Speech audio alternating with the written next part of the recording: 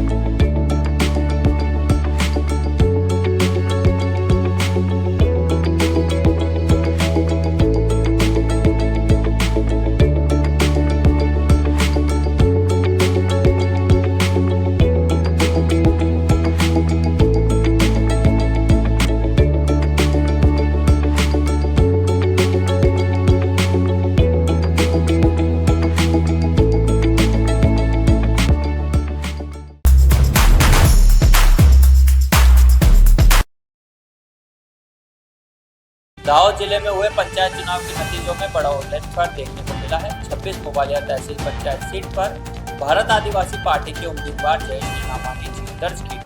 मोबालिया seat पर सुबह से ही उत्साह का माहौल था। मतगणना के अंत में जयेश नीनामा ने अपने प्रतिद्वंदी उम्मीदवारों को बड़े अंतर से हराकर सीट पर कब्जा किया। इस जीत के साथ ही क्षेत्र में भारत आदिवासी पार्टी के कार्यकर्ताओं में जबरदस्त हर्षोल्लास छा गया। नतीजा घोषित होते ही मोबालिया और आसपास के ग्रामीण इलाकों में पटाखे फोड़कर और ढोल नगाड़ों की धुन पर विजय उत्सव मनाया गया। मोबालिया सीट बीएपी की जीत से दाहोद जिले की राजनीति में नए समीकरण बने। आदिवासी समाज के मुद्दे और स्थानीय विकास की बात करने वाली भारत आदिवासी पार्टी ने इस जीत के साथ तालुका पंचायत में अपनी मजबूत मौजूदगी दर्ज कराई है। चूरू जिले में तारानगर के अपर जिला एवं सेशन न्यायाधीश संतोष कुमार मीणा ने 3 साल पुराने हत्या के मामले में आरोपी को आजीवन कठोर कारावास की सजा सुनाई है। साथ ही 50,000 रुपए का अर्थदंड भी लगाया गया है। ये मामला साल 2023 में साहवा थाने में दर्ज हुआ था। आरोपी कृष्ण कुमार पुत्र बीबाराव निवासी भाड़ंग हाल साहवा है। न्यायालय ने आरोपी को धारा 302 भारतीय दंड संहिता के तहत दोषी मानते हुए ये सजा सुनाई। इस प्रकरण में अभियोजन पक्ष की ओर से अपर लोक अभियोजक पंकज स्वामी ने पैरवी की। कोर्ट ने दोनों पक्षों की दलीलें सुनने और साक्ष्यों के आधार पर आरोपी को दोषी करार दिया। अपर जिला एवं सेशन न्यायाधीश संतोष कुमार मीणा ने आरोपी कृष्ण कुमार को आजीवन कठोर कारावास से दंडित किया। साथ ही 50,000 रुपए के अर्थदंड से भी दंडित किया गया है। जुर्माना अदा न करने पर अतिरिक्त सजा भुगतनी होगी। फैसले के बाद पीड़ित परिवार ने संतोष जताया और कहा कि न्यायालय से उन्हें न्याय मिला है। पुलिस और अभियोजन की प्रभावी पैरवी से आरोपी को सख्त सजा मिली। दाहोद में जिला कलेक्टर योगेश निर्गुड़े की अध्यक्षता में कॉन्फ्रेंस हॉल में जिला स्वागत फरियाद निवारण कार्यक्रम आयोजित किया गया। कार्यक्रम के दौरान जिले के नागरिकों द्वारा की गई व्यक्तिगत और जनहित से जुड़ी शिकायतों पर संबंधित विभागों के अधिकारियों और आवेदकों की मौजूदगी में विस्तार से चर्चा की गई। जिला स्वागत फरियाद निवारण कार्यक्रम में भूमि मापणी, जमीन में गैर कृषि सुधार, आकरणी प्रक्रिया सहित कई मुद्दों पर कलेक्टर ने संबंधित विभागों के अधिकारियों के साथ समीक्षा की। मौके पर ही आवश्यक मार्गदर्शन देते हुए शिकायतों का सुखद और संतोषजनक निवारण किया गया। कलेक्टर योगेश निर्गुड़े ने जिले के कार्यान्वयन अधिकारियों को निर्देश दिया कि नागरिकों की शिकायतों के प्रति संवेदनशील रुख रखते हुए त्वरित और प्रभावी कार्रवाई सुनिश्चित करें। कार्यक्रम में जिला पुलिस अधीक्षक रविराज सिंह जाडेजा, निवासी अतिरिक्त कलेक्टर JM रावल, नायब कलेक्टर, नायब जिला विकास अधिकारी हेतल कटारा, मामलतदार समीर पटेल सहित संबंधित अधिकारी और आवेदक उपस्थित रहे। गुजरात के निकटवर्ती दाहोद जिले के फतेहपुरा की मोटीरेल जिला पंचायत सीट पर एक प्रेरणादायक नतीजा सामने आया है। 25 साल से अधिक समय तक सरकारी सेवा देने के बाद राजनीति में कदम रखने वाले भाजपा उम्मीदवार रमेश डामोर ने भव्य जीत हासिल कर अपनी लोकप्रियता साबित की है। रमेश डामोर ने लंबे समय तक ITI इंस्ट्रक्टर के रूप में निष्ठा के साथ सेवा दी। बाद में उन्होंने स्वैच्छिक इस्तीफा देकर सार्वजनिक जीवन में प्रवेश किया और लोगों की सेवा के लिए राजनीति का रास्ता चुना। मतदाताओं ने उनके इस साहसिक फैसले को जबरदस्त समर्थन दिया। चुनाव से पहले फतेहपुरा तहसीलदार कार्यालय में उन्होंने भारी समर्थकों की मौजूदगी में नामांकन दाखिल किया था। तब से ही क्षेत्र में उनके प्रति लोगों का उत्साह दिख रहा था। नतीजों में रमेश डामोर की भव्य जीत के साथ मोटीरेल सीट पर भाजपा का कब्जा और मजबूत हो गया है। उनकी जीत को जनता की सेवा के प्रति विश्वास और सालों की मेहनत का फल माना जा रहा है। मैं रोजगार અને તાલીમ નિયામક શ્રીની કચેરી 29 વર્ષ પૂર્ણ કરી સરકારી સેવા કાર્ય પૂર્ણ કરેલ હતા અને મને ભારતીય જનતા પાર્ટી દ્વારા ટિકિટની ફાળવણી કરતા હું 31 મોટીરેલ પૂર્વ જિલ્લા પંચાયત સીટ ઉપર જંગી બહુમતીથી વિજય મેળવેલ છે।